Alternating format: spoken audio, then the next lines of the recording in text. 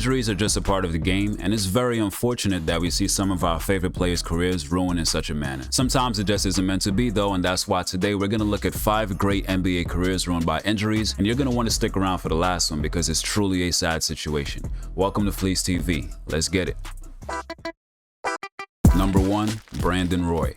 Brandon Roy was drafted number 6 overall in 2006 by the Portland Trail Blazers, quickly becoming a household name and winning the Rookie of the Year award before making 3 straight All-Star appearances after that. With a strong 6'6" frame, Roy could shoot efficiently, make plays for others, and he was on his way to becoming one of the premier guards in the NBA, along the likes of Kobe Bryant and Dwayne Wade. Surrounded by quality pieces in LaMarcus Aldridge, Nicholas Batum, and Wesley Matthews, Roy and the Trail Blazers had a bright future, seeming to resurrect the franchise after the Jailblazers era. Unfortunately, a degenerative knee condition ruined his ability to perform at the highest level. By 2010-2011, Roy's career was already on the decline as he only averaged 12.2 points for the season and wasn't called upon to be a regular starter anymore. Brandon Roy did show signs that he could channel some high-level performances during the 2011 playoffs against the Dallas Mavericks. In Game 4 of the first round, Roy led an explosive second-half comeback, scoring 24 points and securing the win for Portland. This would be one of his last games in the Blazer uniform as he lacked cartilage in both knees, and Roy was retired after just 5 short seasons. He then played 5 games with the Minnesota Timberwolves after an attempted comeback in 2012, but those knee problems still severely bothered him, making Roy one of the great what-if players in recent history. Number 2, Grant Hill. It's 1994, Michael Jordan just retired, so the NBA needed its next premier wing, and that was Grant Hill. Hill was the 3rd selection by the Detroit Pistons, and immediately we saw all the makings of a superstar. Prime Grant Hill was a quick 6'8" ball handler that could push the pace, find teammates, work in the post, and penetrate with elite athleticism. However, his rightful spot as a generational talent was obvious until his body started to betray him. After signing with the Orlando Magic as a free agent, foot and ankle issues would begin to affect Grant Hill's career during the 2000-2001 season. Over his first 4 years in Orlando, Grant will only manage to play in 47 games, and those were pivotal years that should have produced something special, as his teammate Tracy McGrady had become a star in his own right. Hill played until the age of 40, having a late career resurgence as a spot-up shooter who could still move on defense with the Steve Nash-led Phoenix Suns and one last season as a Clipper. Hill is a 2-time NCAA champion, co-rookie of the year with Jason Kidd, 7-time All-Star, and has an All-NBA first-team selection under his belt. All of these accolades led to a Hall of Fame spot, and the fact that Grant Hill is on this list tells you everything you need to know about the career we could have witnessed if not for injuries.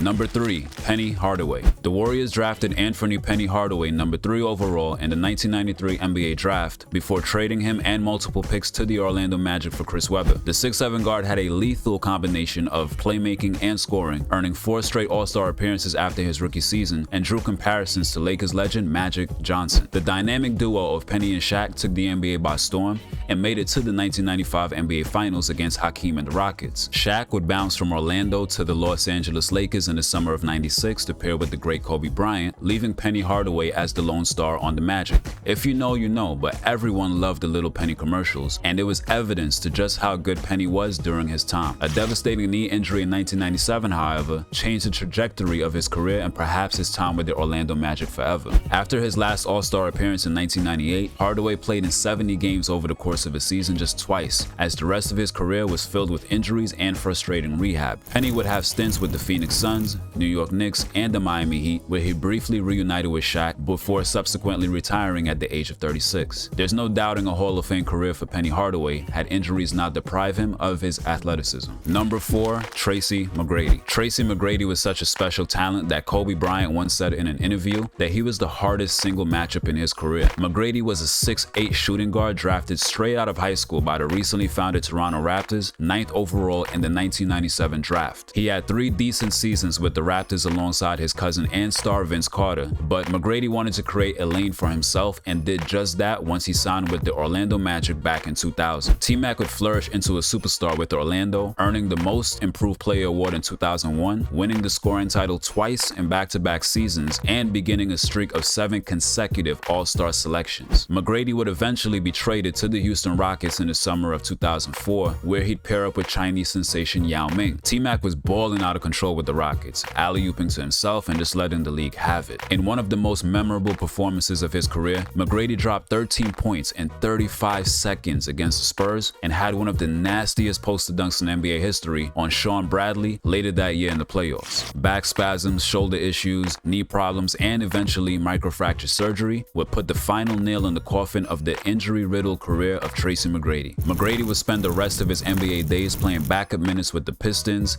Knicks, Hawks, and Spurs, a sad end to the career of a player who was once considered only second to Kobe Bryant during his prime. Number 5, Derrick Rose. Being the number 1 pick in the NBA draft brings a lot of pressure, but Derrick Rose delivered from the start once he was drafted by the Chicago Bulls. He won Rookie of the Year, an MVP, and made 3 All-Star appearances in his first 4 seasons with Chicago, and he was fast, explosive, reckless, and exciting. For younger fans who never got to see him in his heyday, Ja Morant is a young Derrick Rose before he even got a chance to hit his ceiling. Rose had a tremendous supporting cast and veterans such as Luol Deng, Joakim Noah, and Carlos Boozer, and for putting up 25 points, 7.9 assists, and 4.1 rebounds a game while leading the Bulls to the first seed in the Eastern Conference, Derrick Rose at the age of 21 was awarded league MVP, the youngest ever in league history and a record that's still standing to this day. The Bulls were on a trajectory to be an Eastern Conference powerhouse until Derrick Rose unluckily suffered a torn ACL in the 2012 playoffs against the Sixers. Chicago was leading by double digits in the closing moments of Game 1 when Rose went down in excruciating pain, holding his knee, which was later revealed to be a torn ACL. The following few seasons saw him lose most of his athleticism as other injuries started to pile up, and Rose never played at an MVP level ever again. Since leaving the Bulls, Rose slowly revitalized his career off the bench, playing for the Timberwolves, Pistons, and now the New York Knicks. He may not be as fast and as explosive as he was in Chicago, but he has now expanded his game in other areas that can help prolong his time in the NBA. Seeing as Tracy McGrady as a Hall of Famer, it's very much possible that Derrick Rose will make it once he's retired as well. Hadn't it been for injuries, there's no telling what else might have been possible for the youngest NBA MVP. Thank you guys for watching, and feel free to hit that like button if you made it this far and enjoyed the content.